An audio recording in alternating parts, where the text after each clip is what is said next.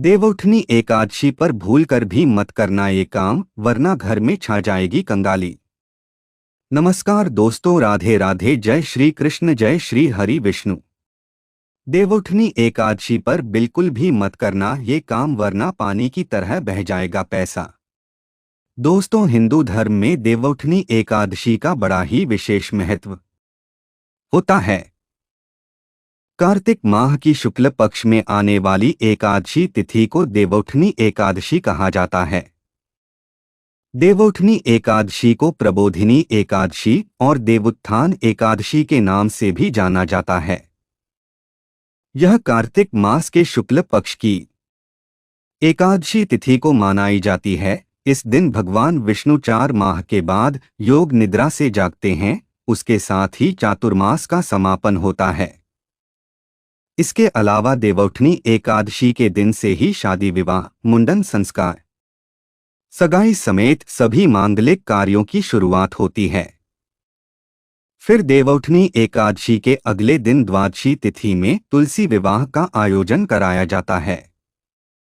भगवान विष्णु के शालिग्राम अवतार से माता तुलसी का विवाह होता है, जिस दिन को तुलसी विवाह के नाम से जाना जाता है। धार्मिक मान्यताओं के अनुसार तुलसी विवाह के आयोजन से घर में सुख, समृद्धि और खुशहाली आती है। कार्तिक माह में तुलसी के पौधे की पूजा अर्चना भी शुभ फलदायी माना गया है। धार्मिक मान्यता है कि सभी एकादशियों में सर्वश्रेष्ठ मानी जाने वाली इस देवउठनी एकादशी का व्रत करने वालों को स्वर्ग और बैकुंठ की प्राप्ति होती है। भगवान श्री हरि विष्णु जी की कृपा से उस व्यक्ति को हर तरह के सुख की प्राप्ति होती है। उसके जीवन में कभी भी किसी भी तरह की समस्या नहीं आती है। हालांकि आपको देवउठनी एकादशी के दिन कुछ बातों का ध्यान रखना भी बेहद जरूरी होता है। शास्त्रों में कुछ ऐसे नियमों का वर्णन किया गया है जिन नियमों का पालन हर व्यक्ति को देवउठनी एकादशी के दिन करना चाहिए। अगर आप इन नियमों का पालन नहीं करते हैं तो भगवान श्री हरि विष्णु जी आपसे रुष्ट हो सकते हैं और आपको शुभ परिणाम की जगह गंभीर परिणाम देखने को मिल सकते हैं। आपका जीवन दुर्भाग्य में बदल सकता है। आपके बने बनाए काम भी बिगड़ सकते हैं। साथ ही आपको आर्थिक तंगी जैसी समस्या का भी सामना करना पड़ सकता है। इस वीडियो के माध्यम से मैं आप सभी को बताऊंगा कि इस बार साल 2024 में देवउठनी एकादशी कब है, देवउठनी एकादशी की पूजा विधि क्या है और इस दिन का महत्व क्या है। इसके अलावा देवउठनी एकादशी पर कौन से कार्य बिल्कुल भी नहीं करने चाहिए। इस वीडियो में आपको देवउठनी एकादशी के बारे में संपूर्ण जानकारी मिलेगी। इस वीडियो को देखने के बाद आपको कोई और वीडियो देखने की जरूरत नहीं पड़ेगी। लेकिन उससे पहले अगर आप भी चाहते हैं कि जगत के पालनहार भगवान श्री हरि विष्णु जी का आशीर्वाद आप पर और आपके परिवार पर सदैव बना रहे तो इस वीडियो को लाइक करें और चैनल को सब्सक्राइब कर ले और कमेंट बॉक्स में सच्चे दिल से जय श्री हरि विष्णु लिखकर अपनी हाजिरी जरूर लगाएं। तो चलिए दोस्तों, सबसे पहले जानते हैं कि इस बार साल 2024 में देवउठनी एकादशी कब है। वैदिक पंचांग के अनुसार इस साल 2024 में कार्तिक मास की शुक्ल पक्ष की एकादशी तिथि की शुरुआत 11 नवंबर 2024 की शाम 6:46 पर होगी। वहीं इस तिथि का समापन 12 नवंबर 2024 को शाम 4:04 पर होगा। ऐसे में उदया तिथि के अनुसार देवउठनी एकादशी का व्रत मंगलवार 12 नवंबर को रखा जाएगा। इसके अलावा देवउठनी एकादशी व्रत पारण के बारे में बात करें तो व्रत का पारण देवउठनी एकादशी के अगले दिन यानी 13 नवंबर को किया जाएगा। ऐसे में देवउठनी एकादशी का पारण 13 नवंबर की सुबह 6:42 से 8:51 के बीच किया जाएगा। साथ ही दोस्तों, इस बार देवउठनी एकादशी पर कई संयोग भी बन रहे हैं। देवउठनी एकादशी के दिन सुबह 7:10 तक हर्षण योग का निर्माण हो रहा है। वहीं वज्र योग पूरे दिन रहेगा। सर्वार्थ सिद्धि योग 12 नवंबर को सुबह 7:52 से लेकर 13 नवंबर को सुबह 5:40 तक सर्वार्थ सिद्धि योग रहेगा। इसके अलावा रवि योग देव उठनी एकादशी के दिन सुबह 6:33 से 7:52 तक रवि योग का निर्माण होगा। वहीं सुबह 6:33 से शाम 4:04 तक भद्रा का भी साया रहेगा। ज्योतिष में भद्रा के साये में शुभ कार्य करने की मनाही होती है। आइए दोस्तों अब जानते हैं देवउठनी एकादशी पूजा विधि के बारे में। देवउठनी एकादशी पर सुबह ब्रह्मा मुहूर्त में उठकर स्नान ध्यान करें और भगवान विष्णु के व्रत का संकल्प लें। उसके बाद मंदिर की साफ सफाई करें और भगवान विष्णु धन की देवी माता लक्ष्मी का स्मरण करें। फिर भगवान को पंचामृत से स्नान कराएं, साथ ही हल्दी या गोपी चंदन का तिलक लगाएं। उसके बाद भगवान विष्णु को पीले फूलों की माला, मिठाई, फल और तुलसी के पत्ते चढ़ाएं। भगवान विष्णु के ओम नमो भगवते वासुदेवाय या कोई अन्य मंत्र जपें, विष्णु सहस्त्रनाम का पाठ करें और आरती गाएं। पूरे दिन व्रत का पालन करने के बाद रात में भगवान का भजन कीर्तन करते हुए जागरण करें। उसके बाद सुबह पूजा पाठ के बाद व्रत पारण कर ले। तो दोस्तों ये थी देवउठनी एकादशी की पूजा विधि। चलिए अब जानते हैं देवउठनी एकादशी के महत्व के बारे में। पौराणिक मान्यताओं के अनुसार जिस मनोरथ का फल त्रिलोक में न मिल सके वह देवउठनी एकादशी का व्रत करके प्राप्त किया जा सकता है। देवोत्थान एकादशी से पूर्णिमा तक भगवान शालिग्राम एवं तुलसी माता का विवाहोत्सव का पर्व मनाया जाता है। देवउठनी एकादशी पर जगत के पालनहार भगवान श्री हरि विष्णु जी की विशेष पूजा करके उन्हें नींद से जगाया जाता है। खास बात यह कि इसी दिन चातुर्मास व्रत भी समाप्त हो जाता है। मान्यता है कि कार्तिक मास में श्रीहरि जल में निवास करते हैं। ऐसे में इस दौरान गंगा स्नान पूजा में प्रयोग और उसका सेवन करना अत्यंत ही शुभ माना गया है। देवउठनी एकादशी के साथ सभी शुभ कार्यों की शुरुआत हो जाती है। इस दिन शालिग्राम के साथ माता तुलसी का विवाह होता है और इस दिन तुलसी पूजा का विशेष महत्व होता है। इस दिन तुलसी और शालिग्राम की पूजा करने से पितृदोष का शमन होता है। देवउठनी एकादशी व्रत करने से व्यक्ति की कुंडली में चंद्रमा की स्थिति मजबूत होती है। तो दोस्तों ये था देवउठनी एकादशी का महत्व। आइए अब जानते हैं देवउठनी एकादशी पर कौन से कार्य बिल्कुल भी नहीं करने चाहिए। नंबर 1, तुलसी का पौधा। शास्त्रों में बताया गया है कि किसी भी एकादशी पर तुलसी के पत्ते नहीं तोड़ने चाहिए और ना ही तुलसी को किसी भी प्रकार का नुकसान नहीं पहुंचना चाहिए। लेकिन आपको देवउठनी 11 पर इस बात का विशेष ध्यान रखना चाहिए कि तुलसी के पौधे को किसी भी प्रकार का नुकसान न पहुंचाएं और ना ही तुलसी के पत्ते तोड़े। ऐसा इसलिए क्योंकि इस दिन भगवान शालिग्राम का विवाह माता तुलसी से विधि विधान से किया जाता है। इस नियम का पालन न करने से भगवान विष्णु क्रोधित हो जाते हैं, जिससे साधक को शुभ परिणाम की जगह अशुभ परिणाम देखने को मिलते हैं। नंबर 2, झाड़ू न लगाएं। दोस्तों आपको देवउठनी एकादशी से एक दिन पहले ही दशमी के दिन ही सूर्यास्त से पहले घर में झाड़ू लगा लेनी चाहिए। एकादशी के दिन झाड़ू लगाने से परहेज करें क्योंकि झाड़ू लगाते समय भूलवश कई सूक्ष्म जीव मर जाते हैं और इसका पाप लगता है, जिससे कि भगवान श्री हरि विष्णु नाराज हो जाते हैं। नंबर 3, चने की दाल।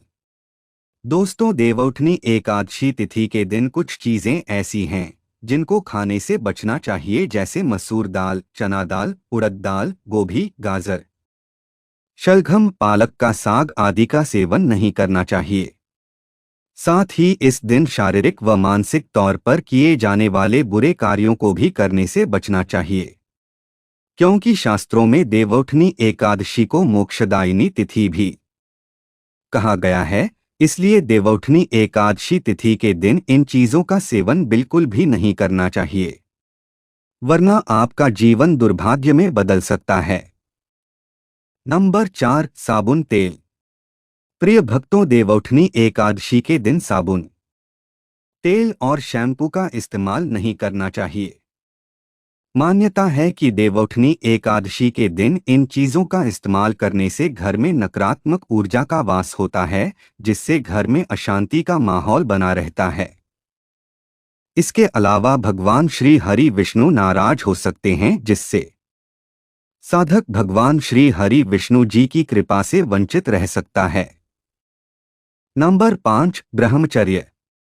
प्रिय भक्तों, अगर आप देवउठनी एकादशी का व्रत कर रहे हैं तो आपको इस पवित्र दिन पर ब्रह्मचर्य का पालन जरूर करना चाहिए। अगर आप व्रत नहीं भी रखते हैं, बस पूजा अर्चना करते हैं, तब भी शरीर और तन-मन में शुद्धता बनाए रखनी चाहिए। साथ ही इस दिन किसी से भी लड़ाई झगड़ा वाद विवाद नहीं करना चाहिए, नहीं तो आपको शुभ परिणाम की जगह अशुभ परिणाम देखने को मिल सकते हैं और आपसे भगवान श्री हरि विष्णु जी भी नाराज हो सकते हैं, जिससे आपका जीवन दुर्भाग्य में बदल सकता है। नंबर 6, काले वस्त्र।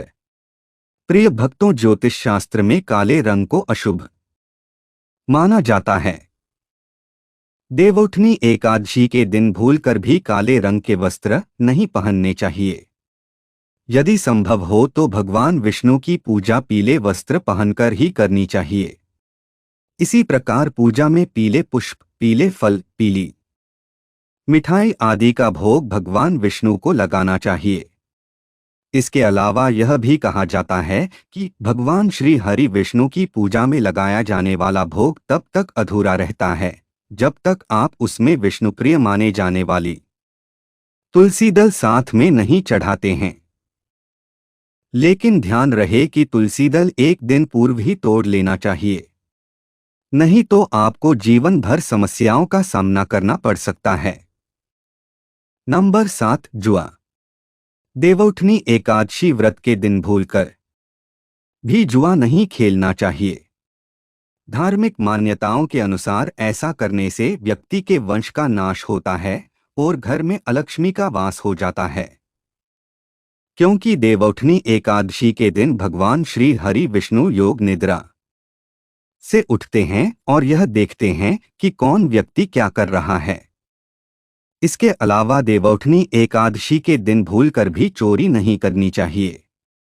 कहा जाता है कि इस दिन चोरी करने से 7 पीढ़ियों को उसका पापा लगता है, साथ ही वंश का नाश हो जाता है। नंबर 8, भोजन। देवउठनी एकादशी वाले दिन पर किसी अन्य व्यक्ति के द्वारा दिया गया भोजन का सेवन नहीं करना चाहिए। साथ ही एकादशी पर मन में किसी के प्रति विकार नहीं उत्पन्न करना चाहिए, अन्यथा भगवान श्री हरि विष्णु आपसे नाराज हो सकते हैं और आपको उनके क्रोध का सामना करना पड़ सकता है। नंबर 9, बिस्तर पर ना सोए। देवउठनी एकादशी का व्रत रखने वाले व्यक्ति को बिस्तर पर नहीं सोना चाहिए। इसके अलावा देवउठनी एकादशी वाले दिन पर बाल और नाखून नहीं कटवाने चाहिए। ऐसा करना अशुभ माना जाता है क्योंकि ऐसा करने से घर में नकारात्मक ऊर्जा का वास हो जाता है, जिससे घर में अशांति का माहौल बना रहता है। नंबर 10, निर्जला या पानी पीकर रखे व्रत। देवोत्थान एकादशी व्रत के दौरान निर्जला या सिर्फ पानी पीकर ही व्रत रखना चाहिए। अगर आप बीमार, उम्रदराज, गर्भवती महिलाएं इस व्रत के दौरान फलाहार भी कर सकती हैं। इस दिन भगवान विष्णु की उपासना की जानी चाहिए। अगर आप विधि विधान से और श्रद्धा पूर्वक भगवान श्री हरि विष्णु जी की पूजा अर्चना करते हैं तो आपको शुभ परिणाम देखने को मिलते हैं। नंबर 11, तामसिक भोजन। दोस्तों, देवउठनी एकादशी तिथि के दिन तामसिक भोजन व चावल खाने से बचना चाहिए। साथ ही इस दिन मदिरा, मांस का सेवन निषेध है। यह भी माना जाता है कि इस दिन चावल का सेवन करने से व्यक्ति रेंगने वाले जीव की योनि में जन्म लेता है। नंबर 12 वाद विवाद। साथ ही देवउठनी 11 के दिन व्यक्ति और खासकर व्रत रख रहे लोगों को किसी भी प्रकार के वाद विवाद से बचना चाहिए। इसके साथ उन्हें किसी भी प्रकार के गलत शब्द का प्रयोग नहीं करना चाहिए। इस दिन हर समय भगवान के नाम का स्मरण करना चाहिए। ऐसा करने से आपको भगवान श्री हरि विष्णु जी की असीम कृपा प्राप्त होगी, जिससे कि आपको जीवन में शुभ परिणाम देखने को मिलेंगे। नंबर 13 दिन में ना सोए। देवउठनी एकादशी के दिन भगवान विष्णु योग निद्रा से जागते हैं और इसी के साथ सारे शुभ कार्य शुरू होते हैं। ऐसा कहा जाता है कि देवउठनी एकादशी पर दोपहर में नहीं सोना चाहिए। धार्मिक ग्रंथों में कहा गया है कि इस दिन भगवान विष्णु की भक्ति में लीन रहना चाहिए। इसके अलावा इस दिन अगर आप बूढ़े बुजुर्गों की सहायता करते हैं तो ऐसा करने से भगवान विष्णु और माता लक्ष्मी प्रसन्न होते हैं। इसलिए बुजुर्गों का अपमान ना करें और उन्हें दुत्कारें नहीं। नंबर 14 लहसुन प्याज। देवउठनी एकादशी के दिन लहसुन और प्याज के सेवन से भी बचना चाहिए, क्योंकि ये दोनों तामसिक भोजन में आते हैं। यदि आपने व्रत नहीं भी रखा है तो कोशिश करें कि सात्विक भोजन ही करें। ऐसा माना जाता है कि लहसुन प्याज की उत्पत्ति राहु केतु से हुई थी। तो दोस्तों, ये थे वे कार्य जो भूलकर भी देवउठनी एकादशी पर नहीं करने चाहिए। अगर वीडियो अच्छी लगी तो वीडियो को लाइक एंड शेयर करें और आपके अपने चैनल रंगीला बाबा ऑफिशियल को सब्सक्राइब करके बेल नोटिफिकेशन को ऑल पर सेट कर ले, ताकि आपको हमारी आने वाली हर एक न्यू वीडियो का नोटिफिकेशन आपको सबसे पहले मिल जाए। वीडियो देखने के लिए आपका धन्यवाद।